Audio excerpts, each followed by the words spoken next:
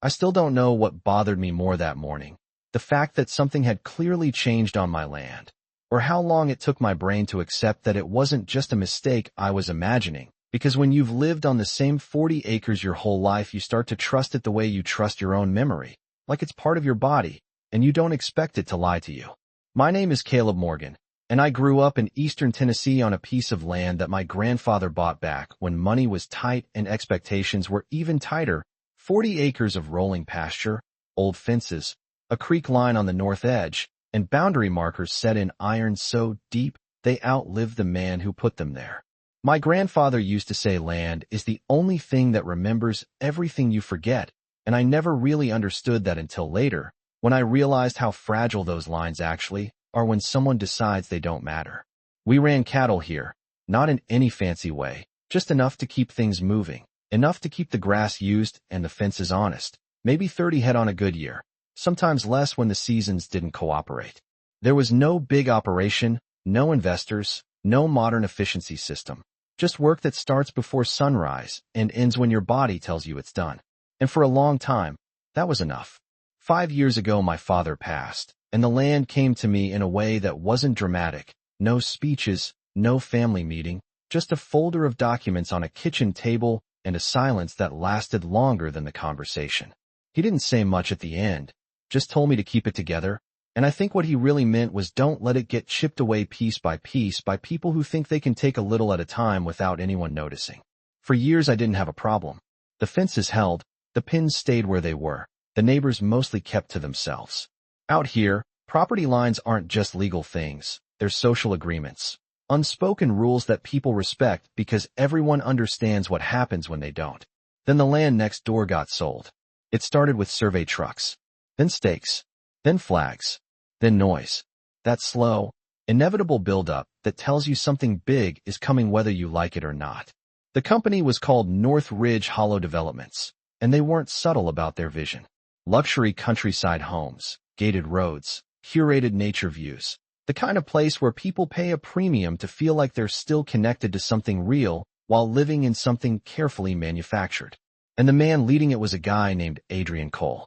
The first time I met him, he showed up like he belonged in a different world than mine. Clean SUV, tailored jacket that didn't belong on a dirt road, boots that looked like they had never met actual mud. He stepped out smiling like he was doing me a favor by existing in the same space. Beautiful land, he said, looking past me instead of at me. I told him it's been surveyed, properly recorded, iron pins at every corner. He nodded like he understood, but didn't really respond to what I said. Just kept scanning the horizon like he was already planning what would replace it. He asked if I'd be open to cooperative planning, which is a polite way of saying we're going to build near you whether you agree or not. I didn't trust him, but I also didn't have a reason yet to push harder than a conversation. So I showed him the survey map. I walked him to the boundary markers. I pointed out the iron pins my grandfather set decades ago. He took photos, nodded slowly, and said, "We like clarity. This shouldn't be a problem." And then he left. I watched his SUV disappear down the dirt road, and I remember thinking something about the way he said shouldn't didn't sound like a promise. It sounded like a warning he hadn't decided to deliver yet. 6 months later, construction started. At first it was just distant machinery, something you hear more than see. Then came trucks that never stopped coming. Then survey crews on my eastern fence line that didn't ask permission, just worked like the land had already been divided in their favor. I kept telling myself it was staging, temporary disruption, normal development noise. Then one morning I walked out before sunrise to check the cattle and stopped halfway down the slope. My fence was gone. Not damaged. Not pushed back. Gone completely. In its place was a bright white vinyl fence stretching in a perfect straight line that didn't belong in my pasture, cutting through land I had walked since I was a kid like it had always been theirs to define. I stood there longer than I should have, just trying to make the world match what I was seeing. Because once you accept something like that, it becomes real in a way you can't undo. I walked the line slowly. My boots hit ground that used to be mine without hesitation, and then suddenly wasn't. And that's when I found the markers. New metal stakes, freshly installed, set about 6 feet inside my property line. 6 feet doesn't sound like much when you say it, but when you follow it for hundreds of yards it stops being a measurement and starts becoming a theft you can physically walk through. My old iron pins were gone. I didn't even need to think twice about what that meant. I called Adrian. He answered like I was calling about a routine update. "Morning," he said, casual, almost cheerful. I told him my fence had been moved onto my land. There was a pause, then a small laugh like I had misunderstood something obvious. "Ah, yes," he said. "Our updated survey shows the boundary was slightly off. It happens. We've corrected it based on GPS verification." I told him I had a recorded survey, original markers, legal documentation. He didn't raise his voice. He didn't need to. "Paper records can lag behind reality," he said. "But listen, we can make this easy. We can lease that strip back to you. Fair market rate." That was the moment I stopped thinking this was going to be a conversation. Because nobody talks about your land like it's already theirs unless they've decided you won't stop them. I hung up, and I called Ellis Ward, the old surveyor who had originally certified my property decades ago. He came the next morning without hesitation, like he had been waiting for a call like this his entire retirement. We walked the boundary in silence for almost 2 hours. He didn't rush, didn't guess, just measured, checked angles, ran old calculations in his head like he never stopped doing this work. When he finally stood up, he didn't look confused. He looked disappointed. "Your boundary hasn't moved," he said quietly. "Not even slightly." Then he told me to follow him. Behind the construction trailers, half buried in dirt and scrap metal, were my original iron boundary pins. Pulled out, removed, discarded. That's when I understood this wasn't negligence. It was intent, and intent changes everything. I didn't really sleep that night. Not in the normal sense anyway. I just lay there going over the same facts again and again like if I replayed it enough times it would eventually stop making sense. Because the alternative was that it made perfect sense, and that meant someone had deliberately taken land that didn't belong to them and felt confident enough to do it right next to the man they were taking it from. By morning, I wasn't confused anymore. I was focused. The first thing I did was call Adrian Cole again, not because I expected a different answer, but because I wanted to hear how steady his voice would be when he said it twice. He answered through his assistant at first, then came on like nothing had changed. "Caleb," he said, like we were acquaintances rather than neighbors in a legal dispute forming in real time. I told him again, clearly, that his fence line was inside my property and my original survey confirmed it. There was a short silence, the kind that isn't uncertainty, just calculation. Then he said, "Our legal team has reviewed it. The updated survey is accurate. You're welcome to challenge it formally if you'd like." I almost laughed, but it came out more like disbelief. I told him I had physical boundary markers pulled from the ground. He didn't react to that at all. "Then it sounds like you'll need to take it up in court." And just like that, the conversation ended again, cleanly, like a door closing without hesitation. That afternoon I drove into town and filed the paperwork. Property interference. Boundary encroachment. Suspected survey manipulation. The clerk at the courthouse didn't look surprised when I explained it, just tired, like she'd seen enough land disputes to know they rarely stay simple. But I also filed something more serious, a request for criminal review regarding the removal of official survey markers, because that part isn't just civil disagreement. That's interference with legal boundary infrastructure, and most people don't realize how quickly that crosses into felony territory when it's proven. A few days later, Sheriff Hank Red came out to my property. He wasn't the kind of sheriff you see in movies, no big speeches, no performative authority.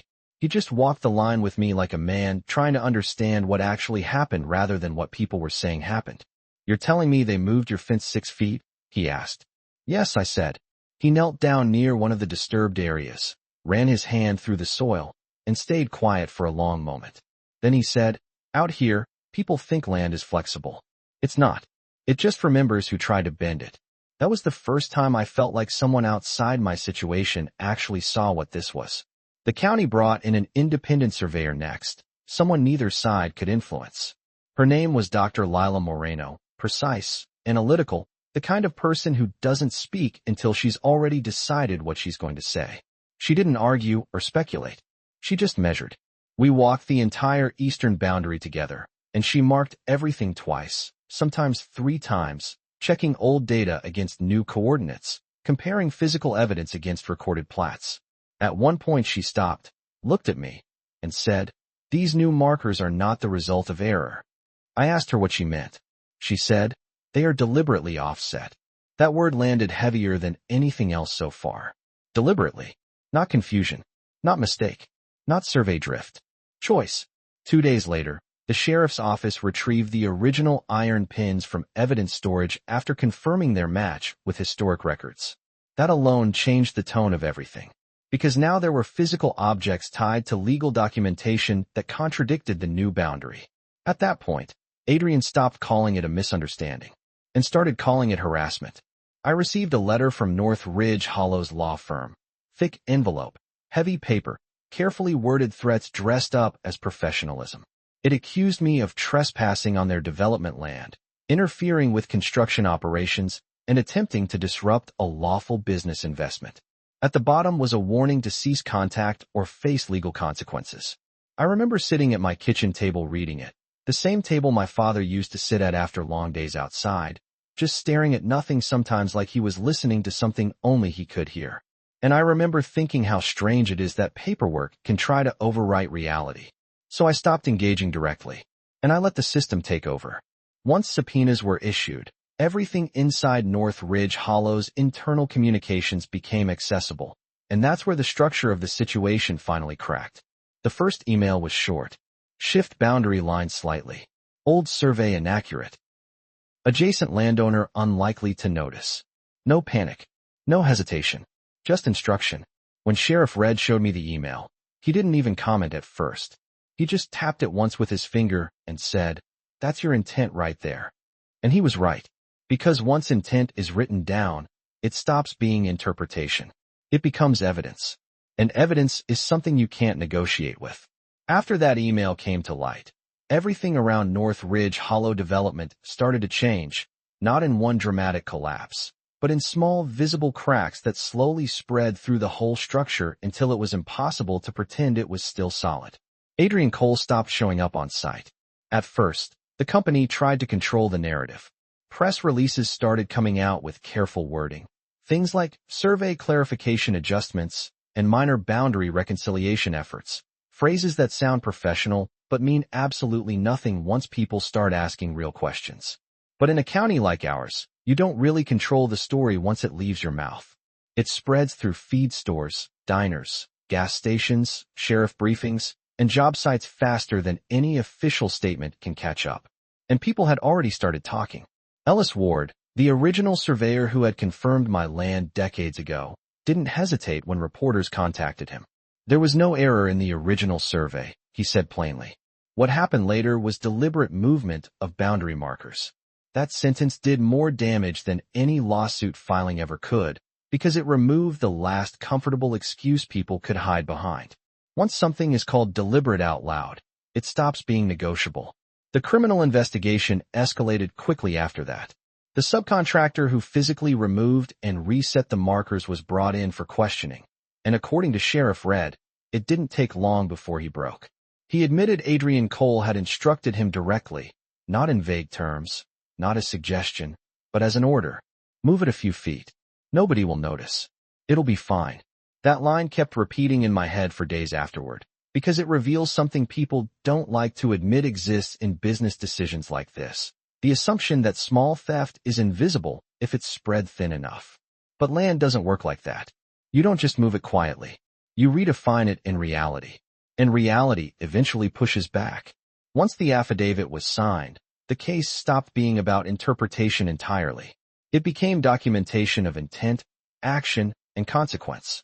Adrian's legal team tried to reframe everything as a surveying dispute, an honest miscalculation in a rapidly developing project, but the evidence didn't bend anymore. The emails were timestamped.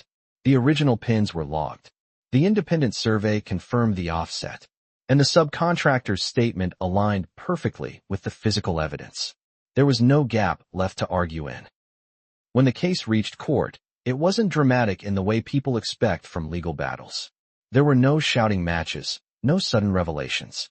It was quieter than that, more procedural, more final. Because once everything is lined up, justice doesn't need theatrics. Adrian Cole accepted a plea deal.